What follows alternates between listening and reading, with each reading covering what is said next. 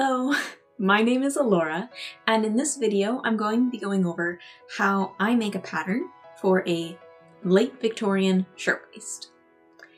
Now, when I first decided to make a shirtwaist, I did a YouTube search just to see what other people were making and to help me decide on a starting point for this project. And I was a little surprised by what I found, because every video that I found, not to say this is every video out there, but they all used either the Truly Victorian pattern or an Edwardian pattern. And I would like to provide a little bit more variety rather than just adding to the YouTube collection of Truly Victorian pattern users. While there is nothing wrong with that, I personally like options. And even better if that option doesn't require me buying something. I was also pretty set on doing a Victorian pattern because while an Edwardian pattern would be quite similar to a late Victorian one, I wanted to stick to the 1890s. So at this point, I turned to 1890s patterning books, ultimately settling on a pattern I found in the Keystone Guide by Hecklinger, dated 1895. But while diving into this pattern, I didn't really like the way it went about giving instructions for drafting this. For people living in the era who already have a waist pattern, it's great! But most of us here in the 21st century don't have one of those lying around, and making one just to make a shirtwaist is going to add a lot of time and extra steps that you don't really need to do. I actually spent over 2 entire days, including 4 mock-ups, just fiddling with the waist pattern. And you know what? I still need another one before I can make sure that the waist pattern is actually what I want it to be.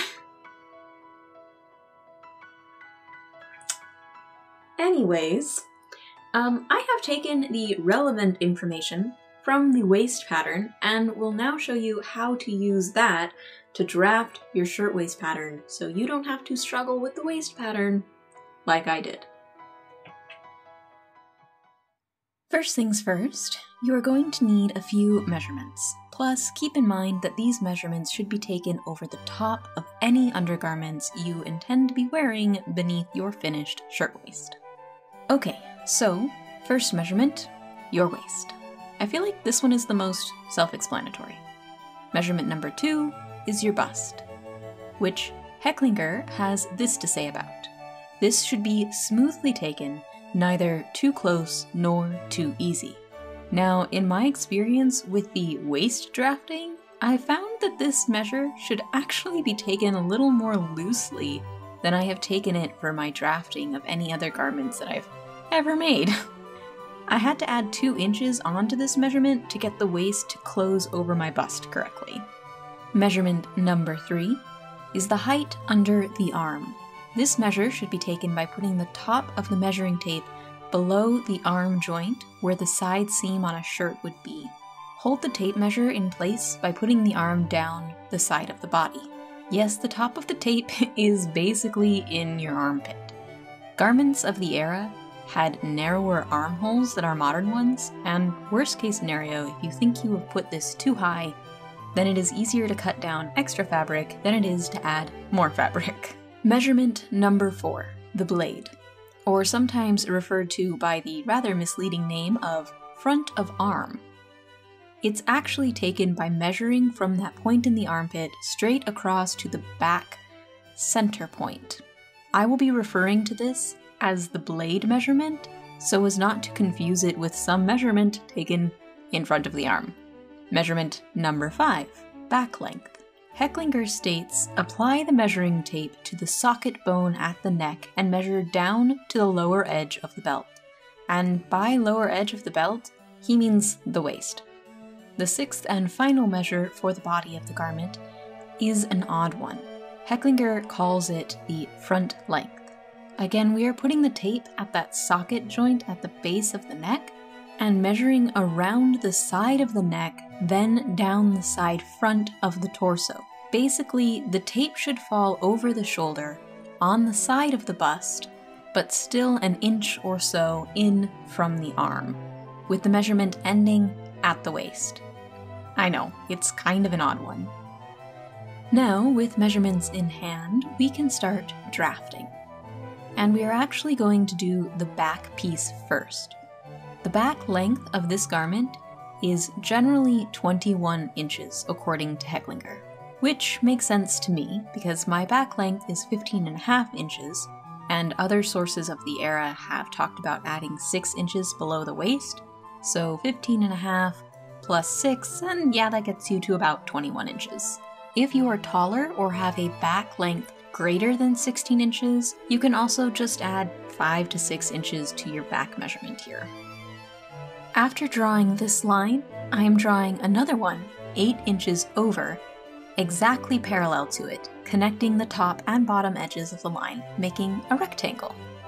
If you are curious, I chose 8 inches for the width of the rectangle, but Hecklinger says any amount between 6 and 10 inches will do depending on how full you want the finished product to be. At this point, I'm going to mark where the waist measurement would be on this rectangle. So 15.5 inches is my back length, and then add 3/4 to that, so my waistline is 16 1/4 inch down from the top. And I'm making a line perpendicular to the rectangle. This line is going to be the length of the blade measurement minus about 1.25 inches. We are going to call this point L. Based on the book diagram, this line then gets extended up by the height under the arm. Quick note, from what the patterns in this book are telling me, it seems like side seams were not placed in the same location in the 1890s that they are in today's clothes. So if subtracting that 1.25 inch feels wrong to you, that is completely understandable. Now move down from the line you just made and mark a point the distance of the blade from the bottom edge of the rectangle. Line up the ruler so that 0 is at point L and continue down towards the mark you just made, and then mark where 6 inches is on the ruler. Or, if you didn't add 6 inches to your back waist to make the original rectangle, then mark here whatever number you did add there. You can now connect this point to the bottom of your rectangle with a gradual curve. Make sure that most of the curve is happening in the second half of the line as you move away from the rectangle. At this point, we need to focus on the shoulder. Start by making a point 3/4 inch down on the rectangle as shown here. Then continue the top edge out away from the rectangle for 1/6 of your bust measurement. On the line that you just drew, put a point 3/16 of your blade measurement away from the edge of the rectangle. If fractions are scary, alternatively, you can pull out a calculator and just multiply your blade measurement by 0.1875.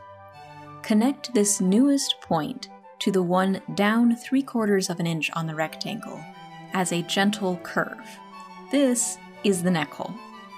I know, I thought it looked too small as well, but the shoulder seam, as with the side seam, does not sit in quite the same place as our modern clothes. The next point has more math. I'm going to try to make this as simple as possible for you. Starting with your back length measurement, subtract the height under the arm. Then take 3/8 of this measurement. Or again, if fractions just aren't your jam, you can instead use a calculator to multiply by 0.375. Take your new number and measure straight down from the end of the line you added to the top of the rectangle. For me, this is a little over 2 3/4 inch, just for reference. Now draw a straight line connecting this point with the edge of the neck hole. The shoulders are almost done. Now in roughly the center of the line just drawn, go up 1/2 inch and mark. Draw a gentle curve starting and ending on the edges of the shoulder line that goes through this latest mark.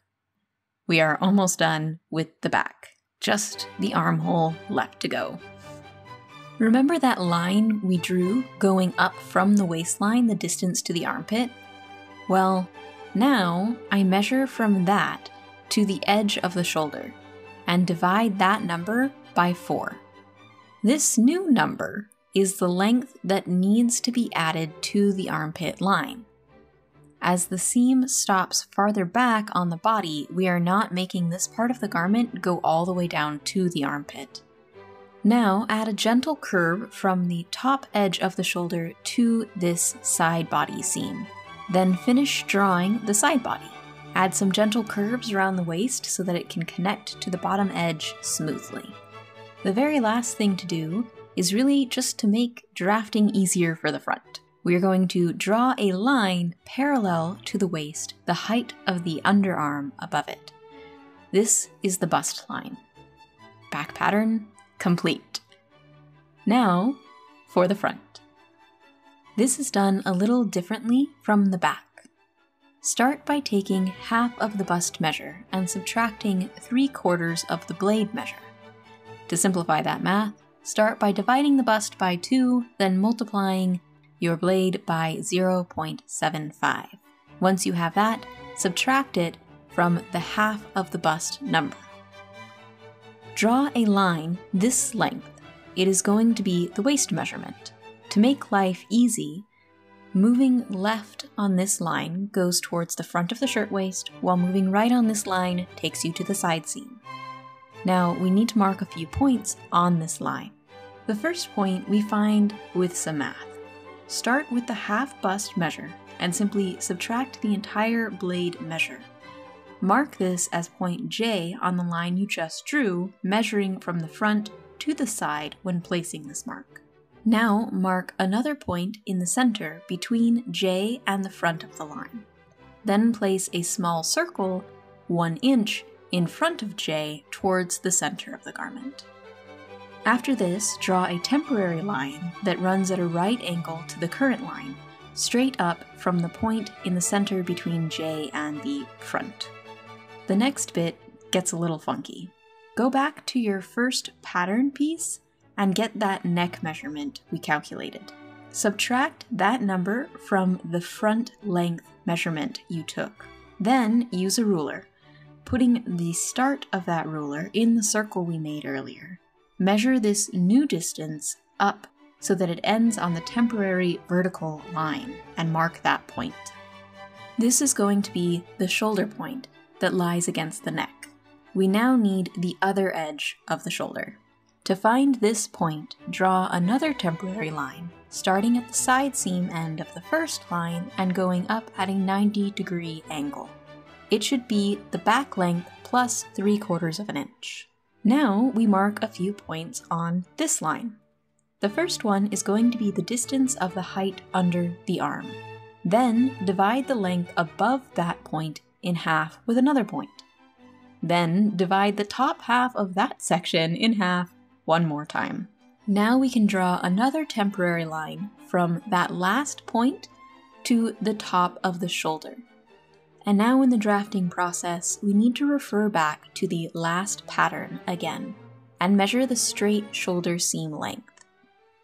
Use this measure to draw a line from the shoulder following that last temporary line that is the same length. The front shoulder is almost done. Lower the outer edge of the shoulder seam a little less than 1/4 of an inch. Then mark a 1/2 inch up in the center of the line and connect the two ends of the line so it has a gradual curve allowing it to go through the 1/2 inch mark. Then the shoulder is done. Next, it's on to the neck hole. Divide the entire bust measurement by 12. Mark a point this far to the front of the shoulder. Draw a slight diagonal line connecting this point to the front of the waist. Then measure down from the top of this line the same 1/12 of the bust measure and connect the 2 points with a curve for the neck opening. At this point, we need to replicate that rectangle we started with on the back. This is done first by drawing a line that runs at a 90-degree angle from the waist up to the same height as the shoulder. Then, drawing the next line 8 inches in front. Again, this could be anywhere from 6 to 10 inches, just to make sure however much volume you put in the back rectangle, you add to this one as well. The bottom edge of this rectangle should be the same distance below the center front waist as it was below the center back waist. On to the armhole next. Start by drawing a line parallel to that of the waistline at the distance of the height under the arm above it. Then move J up so it is also on this new line. Measure the distance from J to the side seam and divide that number by 4. Mark a point on this line, that distance from J towards the side seam. Now you can draw the front of the armhole. I did this with a French curve. In general, the patterns in this book lead me to believe that the armhole should dip in towards the front of the body by about an inch on average. I'm not going to give you a hard guideline here, because I have weird shoulders and require a little over double that amount to make the armholes work for me. I recommend going with the 1-inch recommendation because it's easier to trim a bit of fabric out here than it is to add more in. I would also recommend a mock-up if you are really concerned, just to check the armholes. To finish the armhole, we are going to use the back pattern piece. Line up your piece so that the edges just touch and that the waist and the bust lines line up. Then finish drawing the curve in the armhole so that the front and back pieces match up. I recommend putting in a very slight, gentle curve in the top couple of inches of the side at the front piece, thus emulating the appropriate curve instructed to incorporate from the original waist pattern. At this point, extend the waistline back 1/2 inch, and then you can go ahead and connect the ends of the waist and bust lines. Continue the line from the bottom of the rectangle back so it extends past the waistline 1.5 inches, as done on the back piece. Draw a line down from the waist towards the end of the line just drawn, stopping after drawing 6 inches, or however much length you've chosen to add below the waist so far in this garment. Then gradually curve a line connecting that 6-inch point down to the bottom edge extending from the bottom of the rectangle. And that's it! Wait a second, before you all disappear thinking you are good to start sewing, I actually want to touch on a few things. First, this pattern, as with a lot of historical patterns, does not include seam allowance. Second, if you are planning on gathering this at the waistline instead of leaving it loose, the back should equal 1/3 of your waist measurement. So each front panel will also be 1/3. And don't forget, this is for gathering the waist, not for gathering the bottom edge. Third, let's talk about those rectangles in the front and the back. Now, Hecklinger does not always do a great job of explaining things in his pattern. Kitten. Now, Hecklinger does not always do a great job of explaining things in his patterns. And that rectangle doesn't quite make sense to me. Because if these two pattern pieces are supposed to equal half of the finished garment, it's going to be a tent. My 8-inch rectangle for each side, front and back, would give me an additional 32 inches of volume, and that to my almost 40-inch bust, I'm gonna end up with about 72 inches of fabric around my torso, and that seems a little crazy to me. I did make a mock-up using the pattern I drafted here, but with only one rectangle in the front and one rectangle in the amount. Wow, one rectangle in the front and one rectangle in the back. And the amount of gathers I get looks a lot more like the amount I saw when researching. I mean, there is a shirtwaist in the KCI that might actually be big enough to support the two 10-inch rectangles in front and in back. I'll link that down below if you wanted to look at that one.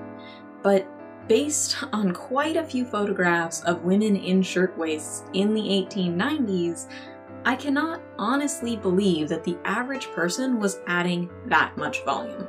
The photo evidence just doesn't seem to be there. In fact, some shirtwaists look like there is hardly any volume added at all. On the other hand, when I look at Hecklinger's pattern for adding a yoke to the shirtwaist, it seems obvious that he does actually intend for you to use those two rectangles in front and two in back. However, he notes that the rectangles should be between 6 and 8 inches when you're doing them to attach to a yoke. So ultimately, it's really up to the individual preference on how much volume is desired. The last thing that I wanted to touch on is the necklines. We drew the necklines in the front and the back, basically so you can just gather your shirt front and back using your preferred method, lay the pattern on top of it, and then mark the neckline over the top, and work from there. Now, speaking of neckline and gathering in front, make sure if you're just gathering this the way that I did for this mock-up of this pattern, stop the gathers about 1 to 2 inches away from the outside edge of the shoulder. If I had paid more attention to my research, I would see that this was a thing done. You live, you learn, you know. But it will prevent the shoulders from doing that odd angled thing that I have going on mine, particularly in the back. Okay, so that's pretty much it for the pattern for the body. You might be asking yourselves, where is the pattern for the sleeves? And I'm not going to give you one. If you look at Hecklinger's book, which is linked down below, it is in the public domain, so totally free, he gives you quite a few sleeve patterns if you're interested. Sleeves varied radically in the 1890s. There were giant sleeves, there were narrow sleeves, there were tiny sleeve heads, no sleeve heads. It really all just depended on personal preference and style at the time, and things changed fairly dramatically in this department. So I just recommend doing some research for yourself. At this point, I will say that narrow sleeves with little to no sleeve head are seen throughout the entirety of the decade. So that is an option if you're interested. Well, I think that pretty much wraps up this video. Next week, I will be putting out a video on how I actually sew a shirtwaist using the pattern that I drafted in this video. And that will come out on Thursday, as I post a video every Thursday. If you enjoyed this video, maybe consider hitting that like button or even potentially subscribing, because then you can keep an eye out for the sewing of the shirtwaist pattern for next week. Well, I hope you all have a lovely rest of your day, and thanks for watching. You coming in?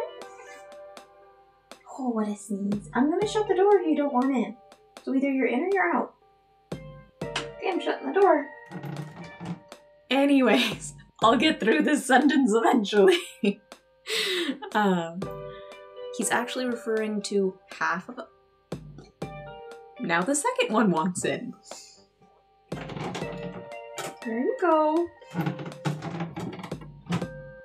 Okay, you two. No more interruptions. She's sneezing, and it's adorable.